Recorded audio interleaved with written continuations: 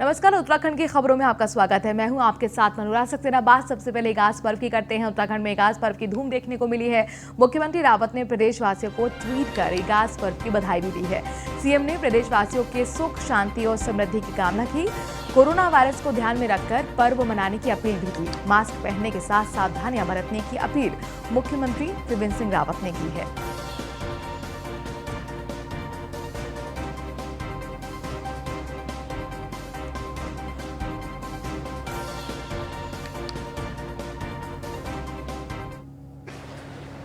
देखिए, इगास पर्व भगवान राम जब लंका विजय के बाद वापस आए तो ये मान्यता है कि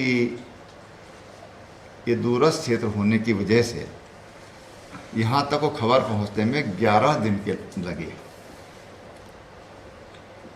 और उसको यहाँ गढ़वाल में इगास पर्व के रूप में और कुमायूं क्षेत्र में बूढ़ी दिवाली के रूप में उसको मनाया जाता है। जब हम लोग गांव में थे तो हम भैलो बोलते थे, भैलो खेलते थे, क्योंकि हमारा गांव तो नदी के किनारे है। सामान्यतः ऊंचाई पर लोग चीड़ की जो छिल्ला जिसको बोलते हैं उससे करते हैं। भीमल की जो लकड़ी होती है उसमें जब रेशा निकाल देते हैं तो उससे लोग खेलते हैं। लेकिन हमारे यहाँ जो तिल पैदा होता था, तिल निकालने के बाद जो तिल की झाड़ बच जाती थी उसको जला करके हम भैलो खेलते थे। निश्चित रूप से ये पर्व हमारे राज्य में बड़े हर्ष के रूप में मनाया जाता है। आज उड़द की पकौड़ी, जिनको लोकल भाषा में कहीं भूड़ा बोलते हैं, कहीं भूड़ी बोलते हैं, अलग अलग जगह क्षेत्रों में भी कई बार उसके नाम बदल जाते हैं, लेकिन चीज़ एक ही होती है कि उड़द की दाल की पकौड़ियाँ आज बना करके इस पर्व को हम लोग बड़े श्रद्धा भाव से मनाते हैं। आज इस पर्व के अवसर पर मैं सभी उत्तराखंड वासियों को, चाहे उत्तराखंड में हों चाहे बाहर हों, प्रवासी हों, उन सबको बहुत बहुत शुभकामनाएं। खबरों में आगे बढ़ते हैं। मुख्यमंत्री त्रिवेंद्र सिंह रावत से दामिनी के माता पिता ने मुलाकात की है। सीएम रावत ने परिजनों को सांत्वना दी है। बेटी के साथ जो हुआ वो बहुत दिल दहलाने वाला था। मुख्यमंत्री ने कहा, 9 फरवरी 2012 को दिल्ली में 3 दरिंदों ने बेटी के साथ गैंगरेप किया। मुख्यमंत्री ने पूरा सहयोग करने का आश्वासन दिया। सीएम ने सोशल मीडिया पर आवाज उठाने वालों का धन्यवाद भी दिया।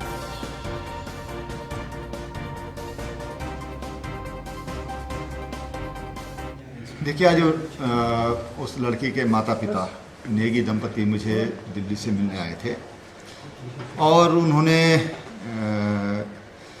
मुझे उनकी बेटी के साथ किस किस तरह से और क्या हुआ उस सारे घटनाक्रम से उन्होंने मुझे अवगत कराया।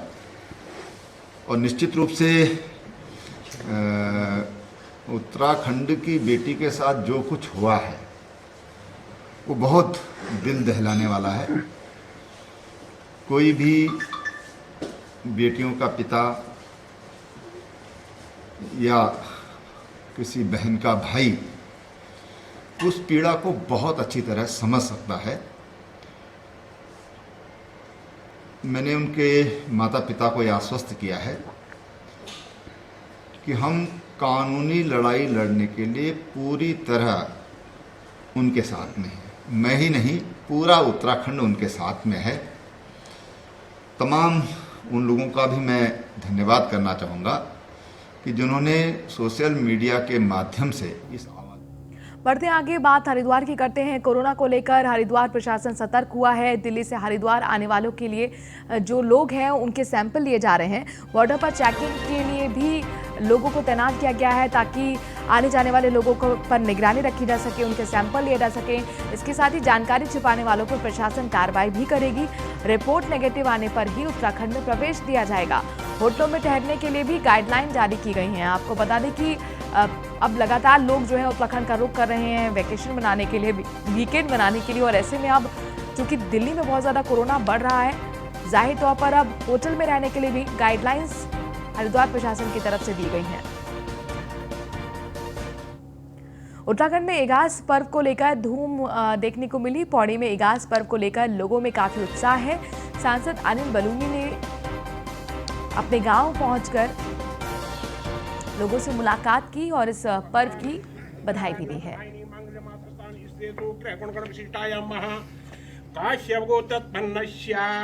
श्री अनिल बलूनी जी शर्मण्य। सबको विदित है कि पिछले वर्ष आदरणीय बलूनी जी के निवेदन पे और आदरणीय बलूनी जी के आदेश पे यहाँ पर डॉक्टर संबित पात्रा जी, विधानसभा उत्तराखंड के अध्यक्ष आदरणीय प्रेमचंद अग्रवाल जी और मैं क्षेत्रीय विधायक, हम तीनों ही लोग यहाँ पर आए थे। आज फिर मुझे पुनः सौभाग्य प्राप्त हुआ है आज इस कार्यक्रम को करने का, और मैं ईश्वर से कामना करता हूँ कि जिस प्रकार से बलूनी जी ने ये पहल की है, इस कदम को उठाया है, जो कि उत्तराखंड की लोक संस्कृति के लिए बहुत। नरेंद्र नगर से खबर है जहां पर गुलर पुल हादसे को लेकर जनता में भारी आक्रोश है। उत्तराखंड क्रांति दल ने कंस्ट्रक्शन कंपनी के खिलाफ मोर्चा खोल दिया है। हादसे में आपको बता दें कि एक मजदूर की मौत हो गई थी, 14 लोग घायल हुए थे। आंदोलनकारियों ने मृतक और घायलों के लिए मुआवजे की मांग की है। राजश्याम कंस्ट्रक्शन कंपनी के खिलाफ जमकर नारेबाजी की गई। उत्तराखंड क्रांति दल घायलों और मृतक के लिए मुआवजे की मांग करता हुआ।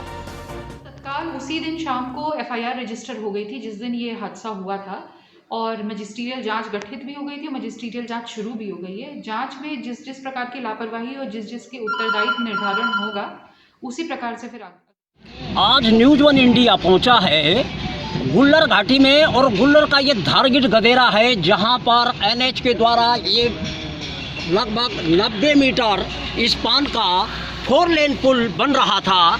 ये 22 तारीख को लेंटर डालते दफे 45 मीटर नीचे इसकी शटरिंग बैठने के कारण ये ध्वस्त हो गया, और जिसमें एक मजदूर, एक श्रमिक अपनी कजा कर गया, उसकी मौत हो गई, जबकि एक आईसीयू में है, 4 अभी भी गंभीर रूप से घायल हैं।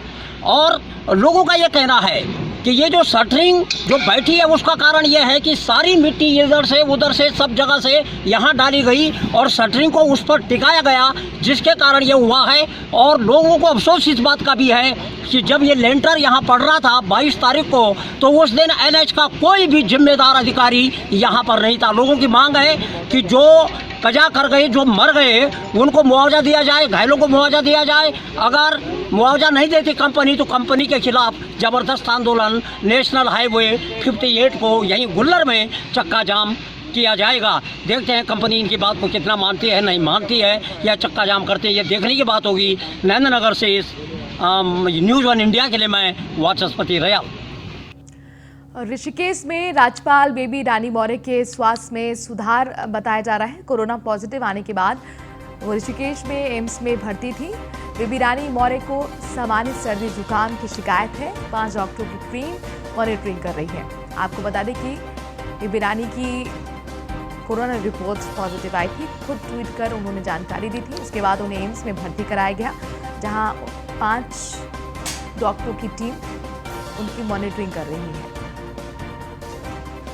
एम्स ऋषिकेश की जो टीम उनको उपचार के लिए डिटेल की गई है, आज सवेरे भी उन्होंने उनको विज़िट किया है और वाइटल्स उनके मेंटेन्ड हैं। उनका सैचुरेशन रूम एयर पर नॉर्मल है।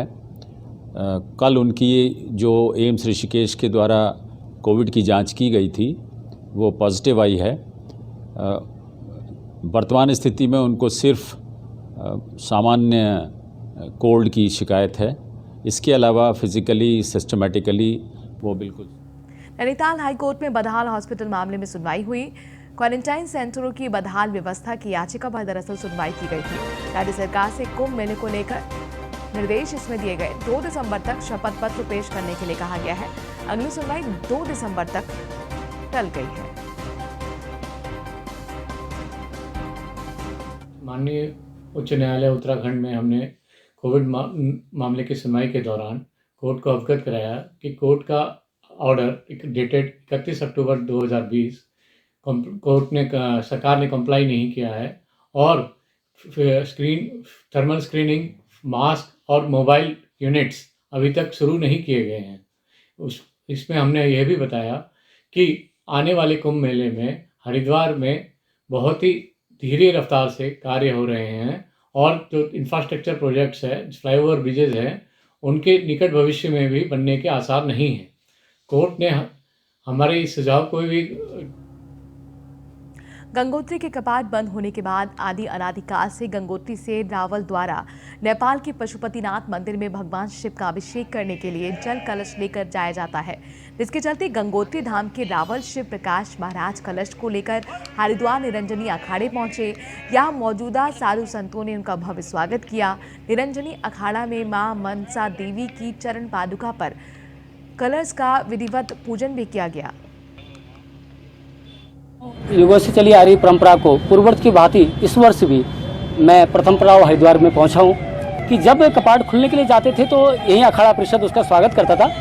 बीच में अनायासी ये परंपरा नहीं रही, महाराज जी ने पुनः इसको दोबारा से स्मरण किया।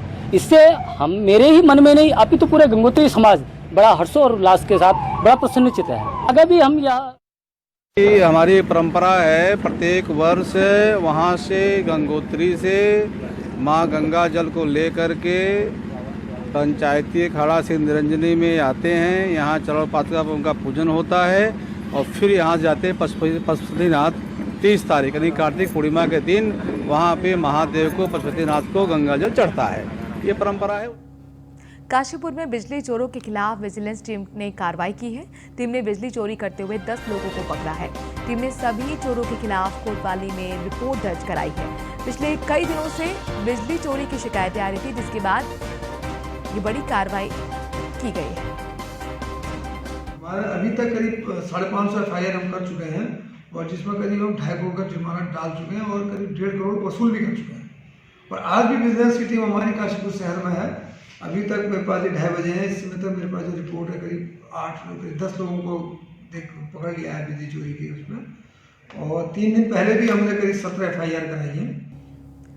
ऋषिकेश में मादा गुलदार की संदिग्ध हालत में मौत से हड़कंप मच गया है। मादा गुलदार के मरने से वन विभाग में हड़कंप मचा हुआ है। अज्ञात वाहन की टक्कर से दरअसल मौत हुई, ये वन विभाग का कहना है। करीब 7 साल गुलदार की उम्र बताई जा रही है, जिसकी मौत हो गई है। प्रातः पुलिस के द्वारा हमें सूचना मिली थी डिग्री कॉलेज से आगे भरत विहार में एक गुलदार मृत अवस्था में पड़ा हुआ है, जिसमें हमारी तुरंत टीम पहुंची वहां पे और गुलदार को रेंज ऑफिस में लाया गया है। गुलदार मादा है और इसकी उम्र लगभग 7 से 8 वर्ष है। इसमें PM की कार्रवाई की जा रही है। 2 दिन में डॉक्टरों का पैनल रिपोर्ट दे देते हैं। आजकल हमारे द्वारा पेट्रोलिंग के लिए स्पेशल दस्ता बनाएगी। हरिद्वार के बादराबाद थाना पुलिस को बड़ी सफलता हाथ लगी। ठग गिरोह के 3 सदस्यों को पुलिस ने गिरफ्तार किया है। मुखबिर की सूचना पर पुलिस ने गिरफ्तारी की है। ठगों से नकदी, मोबाइल और बाइक भी जब्त की गई है। 11/2020 को जो हमारा पास आके वादी श्री संदीप ने एक तहरीर दिया है, इसमें इनका द्वारा अवगत करा गया कि ये ATM से पैसा लेके निकल के आ रहा था, तो 3 लोग आ गए। इन्होंने इनको सम्मोहित करके उनका 10,000 रुपया ये मोबाइल फ़ोन लेके फरार हो गए। तो तत्काल रूप से हमने 420 में मुकदमा कायम किया और हमारा टीम लगातार प्रयास में थे। आज सुबह हमें इसमें सफलता मिली। इसमें 3 लोग जो शामिल थे उनको हमने गिरफ्तार कर लिया गया है और जो है इनसे जो 10,000 रुपया लेके गए उससे 6,000 रुपया बरामद हो गई और जो मोबाइल फ़ोन भी हमने रिकवर कर दिया है और जो है इसमें जो घटना में प्रयुक्त मोटर बाइक है ये भी जो हमने बरामद कर दी गई है। 11/2020 को जो हमारा